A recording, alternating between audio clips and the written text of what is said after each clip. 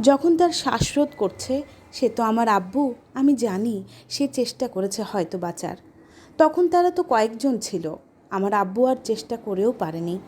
আমার আব্বু বুঝেছিল শিওর যে আমি এখনই মরে যাব। তখন অনেক কষ্ট হচ্ছিল আমার আব্বুর। চোখ দিয়ে তখন অঝরে পানি পড়ছে। আমি সন্তান, বুঝতে পারি আমার যে অনেক কষ্ট হয়।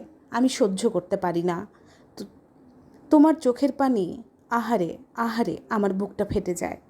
এখনই মরে যাব। একজন মানুষ বুঝতে পারলে কতটা তার কষ্ট হতে পারে সেটা বলার না।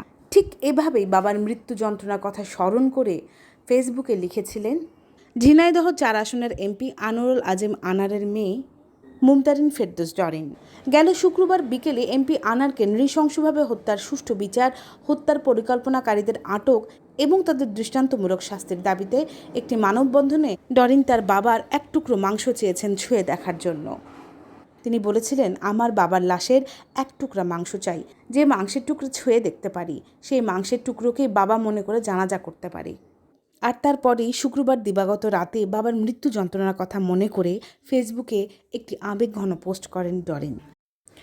এদিকে এমপি কন্যা ডরিন তার বাবার হত্যার দৃষ্টান্তমূলক শাস্তি দাবি করেছে মানববন্ধনে এবং সরকারের কাছে। Zinat Tiyon, desk report, news now Bangla, Dhaka.